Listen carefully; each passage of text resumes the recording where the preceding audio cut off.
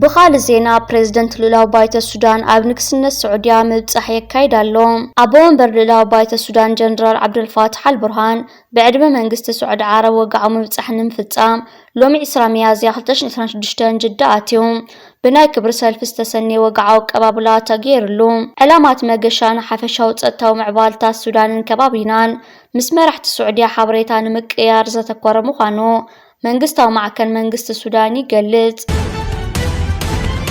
بخالي زينا حالتا تحطي كاب جماجم يمن تبجيسو من متأو بابيل من دوش متعدن كح بحري لو كيتم اللوم بصار مراخب مسائله زهر رمان زمارخان مراخب قصرن بركيت اللوم بزمخنا دما عبيت كوبانات مقعازيا بحري كاب سقاستل على نتفتاتن دو كبلا تقاسيبنا اللوام أتو حيل حطي أوش متعدن كح بحرن جمرو متقعتي حجنا يتن مس إسرائيل متأثر اللون زبلن مراخب كغطس لمخانو أزاز سراوت يمن أتنقيقو يركب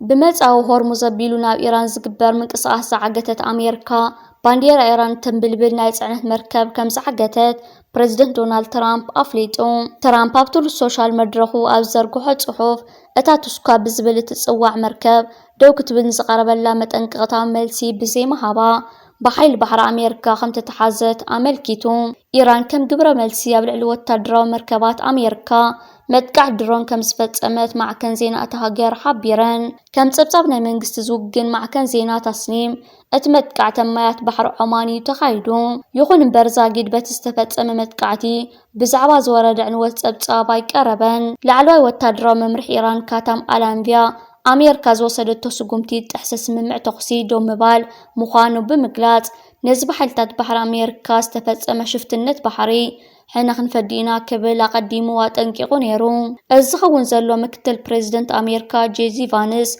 باكستان بزكايد كالأزور زرب ساتف لوخ كم زمر حد حرم الرقاقات يوم تهران زاقيدة بتزرب كم تساتف أي رقاقات منقستاو مع كنزينا إيران عكتا مراخب أمريكا بوتو إنها لو سب سلطانة هاجر أبتزرب كم زي ساتفو تسبسي بينا اللوا إذا خمزيلون كلو إيران متأو هرمز زلو وقوتت فتي محلفة خمزي تهب حدل على بوليتيكيات هاجر CNN حبيرون عزاز إسلامه وحلوة سورة إيران زنبرة إبراهيم عزيزي أبتهران CNN أبزهابو قال زي من زعم السلنا يلون مراخبة متأون حالفة مفقاد حويسو مسل متحلاف التوسن إيرانية أزد ما حق خسنة قريب الله يبل عنكت 110 نايت قوام استمركوسة إما مبايتو نقربا لنا أزد ما نأكبا ودحنة بحرن هاجرا ودحنة زتقالل اليوم عطوقات حيلتا دمانة حق خاتقبرو يوم يبل أتنو كوميتي هاجرا ودحنة بوليس وصان زمرح عبال بايتو أز استراتيجيكاو مسمر ما يمعتاو عمل العالم نعبي زخي زلو قطبا وصاقامات كقاري زلو سكفتاتات إنا وسخاب زخدل زلو أوان أتخونتات بحدا معالت زفتاح نحات إرقزي قلولاو كم زي كوني نتصارالو أتخوينات تهرانت متأوو كم حدش مسار حتصوار كتريو عدل كم زهابا عزيزي يقلت بانك لمعات أفريقيا بإرترا دركنا متصوار عغم النمعباين عدلا سراح نمفتار نزعلم بروجكت استعاد أطف من قدي السلاسل كنزلو أفليتوم إذا بروجكت زي أكل نايت بانك لمعات أفريقيا بإرترا نعمت الزكايدو استراتيجية وسرحات حرشان تحت غرطن كوينو نتترقا قامزخ زلت الوالوطي كونتا تأير نممكاز زعلم مخانو وسيخو يحبر أتي بعسر شوعات ميازي 2026 زوات أوانا وتسبتاب أت بروجكت بسنك لبدا كوفيد 19 نلعلي سنة 4 نوارح تقاريد صنحكوا انتقونا حجيقنا فتاة أت بروجكت بستعطف من قد محايش يبل أتم مقابي استخايدة قمقام كابتم كهن استوطن 21 حاتبيتات هنساتهم 10 شمون تمول بمول كم استزازمو يقلت أزم حاتبيتات من انسسات حرشان تتقع من السوات نزوع الماء زكبو خينوم كابتس تتلم شتوتات بالعلي 259 ميتاويت عود كم استمزقبه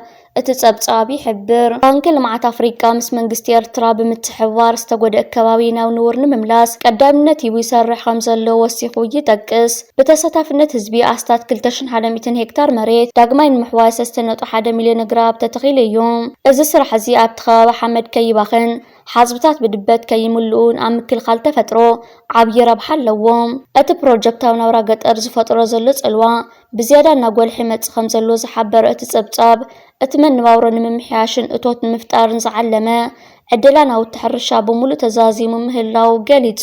እዞም ዝስዕቡ ንጥፈታት ድማ ኣብቲ ጸብጻብ ተጠቒሶም ኣለዉ።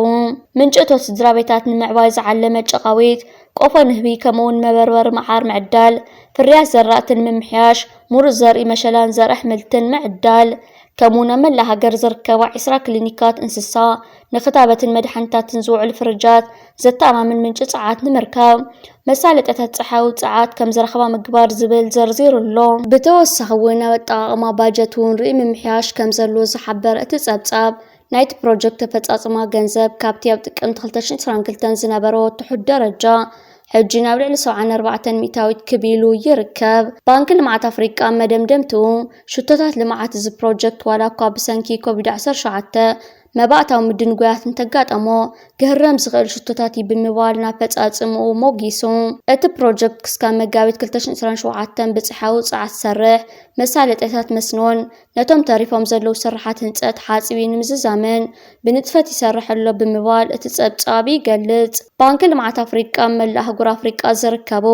ዝተፈላለዩ ጸገማት ንምፍታሕ 5 ዓበይቲ ሽቶታት ዝብል ስትራቴጂ እዩ ዝኽተል። ንሳቶም ድማ ንኣፍሪቃ ብፀዓት ምብራህ፣ ንኣፍሪቃ ምምጋብ፣ ንኣፍሪቃ ብኢንዳስትሪ ምምዕባል፣ ንኣፍሪቃ ብሕድሕድ ምትእስሳር ከምኡውን ናብራ ህዝቢ ኣፍሪቃ ምምሕያሽ ዝብሉ እዮም። እዚ ደርቂ ንምምካት ኣብ ኤርትራ ዝካየድ ዘሎ ጻዕርታት ኣካል ናይቲ ባንኪ ልምዓት ኣፍሪቃ መወዳእታ 2025 ዝሓንፅጾ ንዓመታት 2025-2027 ዝጸንሕ ግዝያዊ ስትራቴጂያዊ ውጥን እዩ። እዚ ስትራቴጂ እዚ ኤርትራን ዘጋጥማ ዘሎ ብድሆታት ትሑት ኣፍራይነትን ክሊማዊ ፀቕጥታትን ንምምካት ኣብ 3 ቀንዲ ዓውድታት ማለት ፀዓት፣ ማይን ፅሬትን ከምኡውን ቁጠባዊ ምሕደራን ዘተኮረ እዩ። ከም ኣካል ናይ ስትራቴጂ እዚ ባንኪ ልምዓት ኣፍሪቃ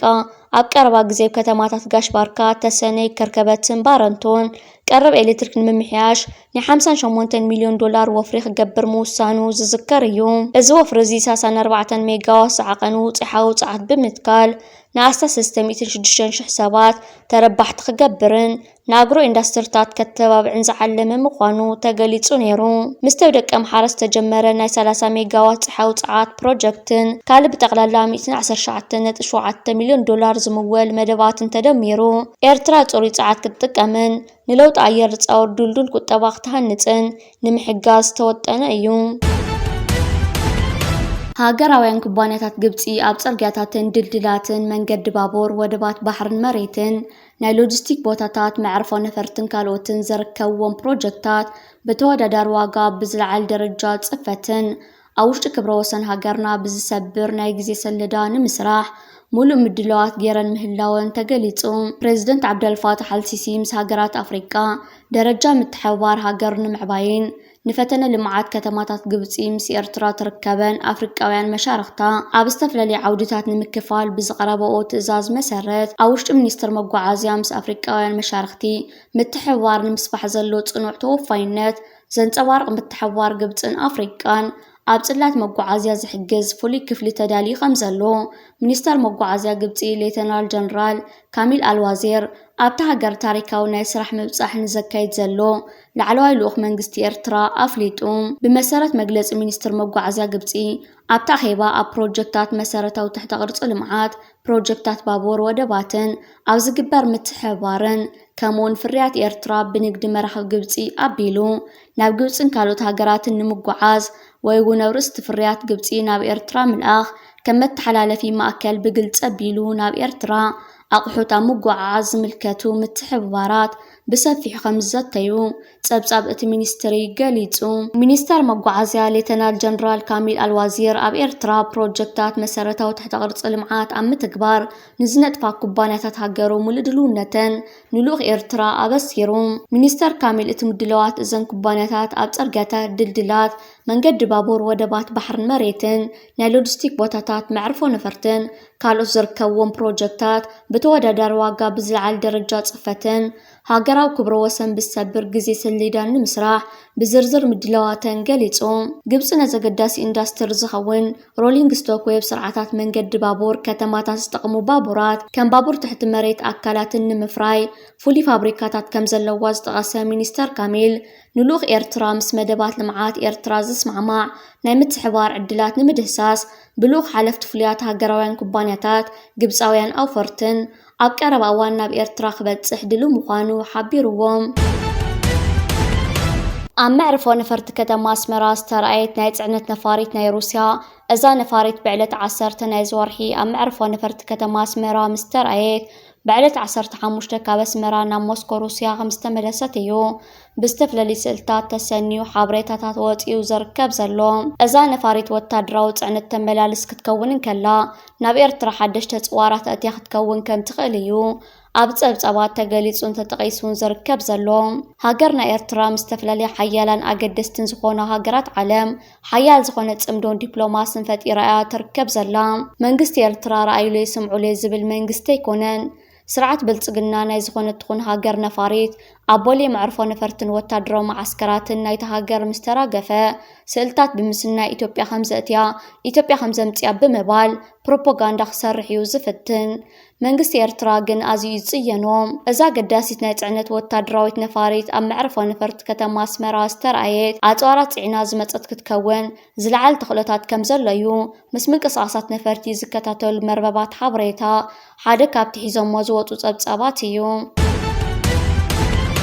እዚ ከምዚሉን ከሎ ኣብዚ ሕጂ እዋን ህዝብታት ዓለምን ሃገራት ዓለምን ብሕጽረት ነዳዲ እናተሰቃዩ ይርከቡ ኣለዉ ዳርጋ 80 ሚታዊት ሃገራት ዓለምን ህዝብታት ዓለምን በታ ኣሜሪካን እስራኤልን ዘካየዶ መጥቃዕታት ኢራን በተመሳሳሊና ማእኸላይ ምብራቅ ብዝሃበቶ ግብረ መልሲ ዝተፈጠረ ኩነታት ዋጋታት ነዳዲን ሰማይ ዓሪጉ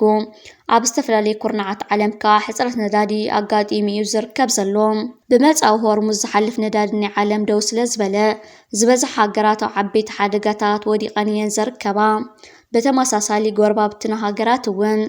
ኤርትራ ናገን ክስካብ ዝሕጂ እዋን ንቡር ንጥፈታት በዚ ኩነታት እዚ ኣይተጸለወን ጸኒሑ መንግስቲ ኤርትራ ብዝሓለፈ ቀንያት ካብ ስዑድ ዓረብ ነዳዲ ጻዕነት መርከብ የእቱ ምንባሩ ዝዝከር እዩ ትማል እውን ኣገዳሲት መርከብ ካብ ስዑድ ዓረብ ዝተበገሰት ነዳዲ ጻዕነት ወደባ ጻዓትያን ተጸጊዓን ትርከባላ እዚ ኸ ነተብ ኤርትራና ዘሎ ቀረብ ነዳዲ ውሕስነቱ ዘረጋግጽ ኮይኑ ይርከባሎ መንግስቲ ኤርትራ ከምዚ ዓይነት ተኣፈፍቲ እዋናት ኣቀዲሙ ሓበሬታታት ስለ ዝረከብን ነቲ ዘለህሉ ፖለቲካውን ዓለማውን ኩነታት ኣጸቢቑ ስለ ዝፈልጥን ስለ ዝርዳእን ንከምዚ ዓይነት ሓደጋታት ወትሩ ድልዊ ምስኮነ እዩ እዚ ሕጂ ኤርትራ ሃገርና እትያቶ ትርከብ ዘላ ነዳዲ መጻው ሆርሙዝ ዶ ካልእ ኣየድልያን እዩ ካብ ስዑድ ዓረብ በቐጥታ ብምብጋስ እዩ ብወደብ ዓሰብ ኣቢሉ ናብ ወደብ ባጽዕና ኣተወ ዝርከብ ዘሎ እዚ ኸ ኤርትራና ዘላቶ ስትራቴጂካዊ ኣቀማምጣ ክስካብ ክንደይ ኣኽሳብን ኣርባሕን ከም ዝኾነ ክትፈልጥን ክትርዳእን ኣይትሽገርን